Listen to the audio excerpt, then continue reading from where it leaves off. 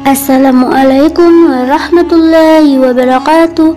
Hi Alaniers, hari ini kita akan bercerita tentang salah satu putri terkasih Rasulullah Shallallahu Alaihi Wasallam, yakni Ummu Kulsum.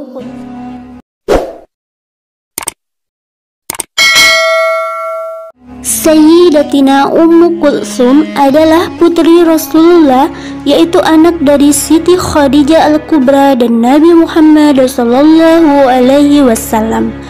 Dia dikenal dengan sosok yang sangat sabar. Dia gemar memakai jubah sutra yang bergaris.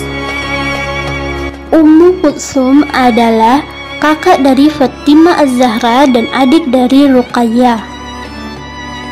Setelah kakaknya, istri Utsman bin Affan, Ruqayyah radhiyallahu anha meninggal dunia, Rasul menikahkannya dengan Utsman bin Affan. Ummu Kulsum berumah tangga dengan Utsman selama 6 tahun. Dia kemudian meninggal dunia. Sebelum menikah dengan Utsman, Ummu Kulsum sempat dinikahkan dengan Utsbaidah bin Abu Lahab, tetapi belum sempat satu rumah. Abu Lahab tidak restu dengan mereka, kemudian mereka cerai. Saat-saat itulah turun surah Al-Lahab. Jarak umur Ummu Kulsum dan Ruqayyah tidaklah berbeda jauh, sehingga dikala mereka berjalan bersama, mereka sering dikatakan kembar. Begitulah saat Ummu Kulsum meninggal dunia pada 9 Hijriah bulan Sa'ban, Ummu Atiyah berkata, "Ketika kami lagi memandikan Ummu Kulsum, Rasul menemui kami, sedang kami dalam memandikan jenazah putrinya. Beliau Rasulullah bersabda, yang artinya, mandikan dia 3 kali atau 5 kali, atau lebih dari itu kalau menurut kalian perlu. Mandikan dengan air dan daun bidara, dan jadikan bilasan terakhirnya air bercampur kapur atau sedikit kapur. Tai kabarkan kepadaku." Kemudian jenazahnya ditempatkan di keranda yang terbuat dari batang pohon palem yang baru dipotong. Rasulullah duduk di dekat kuburan Ummu Kulsum dengan berlinang air mata. 3 orang masuk ke kuburan menurunkan jenazah Ummu Kulsum, dan 2 diantaranya adalah Ali bin Abi Thalib dan Abu Talha. Kita tahu Utsman bin Affan menikah dengan 2 putri Rasulullah. Pertama itu Ruqayyah dan yang kedua adalah Ummu Kulsum. Kemudian Rasulullah berkata, jika Rasulullah memiliki 100 orang putri, maka dia akan menikahkannya dengan Utsman bin Affan. Itulah tadi sekilas tentang cerita kisah hidup putri Rasulullah Shallallahu Alaihi Wasallam, Ummu Kulsum radhiyallahu anha.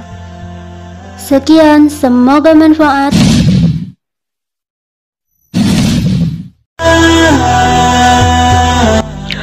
Assalamualaikum Alaniers.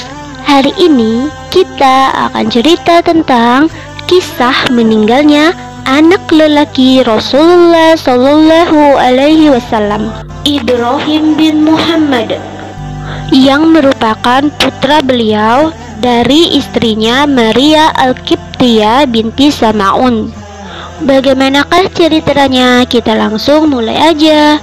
Telah banyak waktu yang telah berlalu. Nabi menantikan keturunan setelah meninggalnya putra beliau sebelumnya, Qasim dan Abdullah, yang meninggal dunia sebelum balik, sehingga membuat Rasul kesepian. Juga karena anak perempuannya sudah menikah dan mengikuti suaminya. Kemudian istri yang lainnya yang hanya janda tua, kecuali Aisyah yang masih belasan tahun. Dan adalah Maria, ialah merupakan hamba sahaya yang diberikan Raja Muqawqis dari Mesir kepada Nabi Shallallahu Alaihi Wasallam, di mana Maria dulunya beragama Kristen Koptik, kemudian dia masuk Islam. Sesampai di Madinah, ia pun diberikan kepada Nabi. Terletak suatu tempat bernama Aliyah, nama tempat yang diberikan Nabi untuk Maria, yang bertempat agak jauh dari rumah istri-istri Nabi yang lain. Kemudian saat Maria mengandung lalu melahirkan seorang anak lelaki tampan, Nabi sungguh senang dengan kelahiran anak lelaki tersebut, dan dia memberi nama anak tersebut sama dengan nama Nabi Ibrahim alaihissalam. Nabi SAW memberi anak laki-laki tersebut nama Ibrahim bin Muhammad.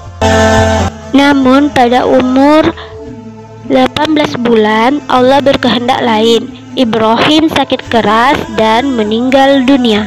Nabi meneteskan air mata yang begitu sedih dan mendalam. Nabi menangis. Salah seorang sahabat bertanya, "Ya Rasulullah, janganlah engkau bersedih, karena ini hanyalah titipan dari Allah." Kemudian Rasulullah menjawab, "Sesungguhnya mata ini menitikkan air mata dan hati ini bersedih. Namun kami tidak mengatakan sesuatu yang tidak diridhoi Rabb kami. Sesungguhnya kami bersedih dengan kepergianmu, wahai Ibrahim." Hadis riwayat Bukhari. Melihat air mata Nabi yang bercucuran, Abdurrahman bin Auf bertanya, "Engkau juga menangis, ya Rasulullah?" Rasulullah menjawab, "Ini adalah tangisan kasih sayang."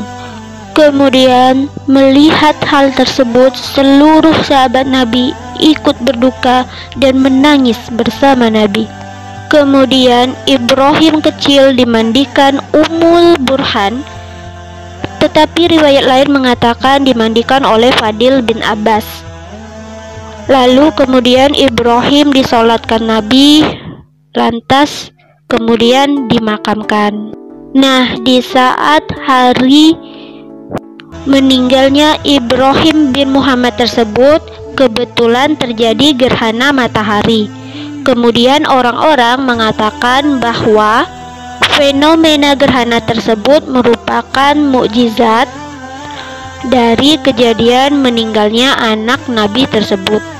Lalu Nabi mendengar bisik-bisik dari orang-orang di sekitarnya tentang gerhana tersebut. Kemudian Nabi membantah dengan mengatakan tidak ada hubungannya gerhana dengan kematian Ibrahim. Gerhana adalah kejadian alam. Lalu Nabi hanya menyuruh ketika orang-orang melihat fenomena alam berupa gerhana untuk memperbanyak zikrullah kepada Allah. Wallahu a'lam bishawab. Astaghfiruka wa atubu ilaik. Kemudian afwan, syukron, jazakumullah, dan wassalamualaikum warahmatullahi wabarakatuh. Bye.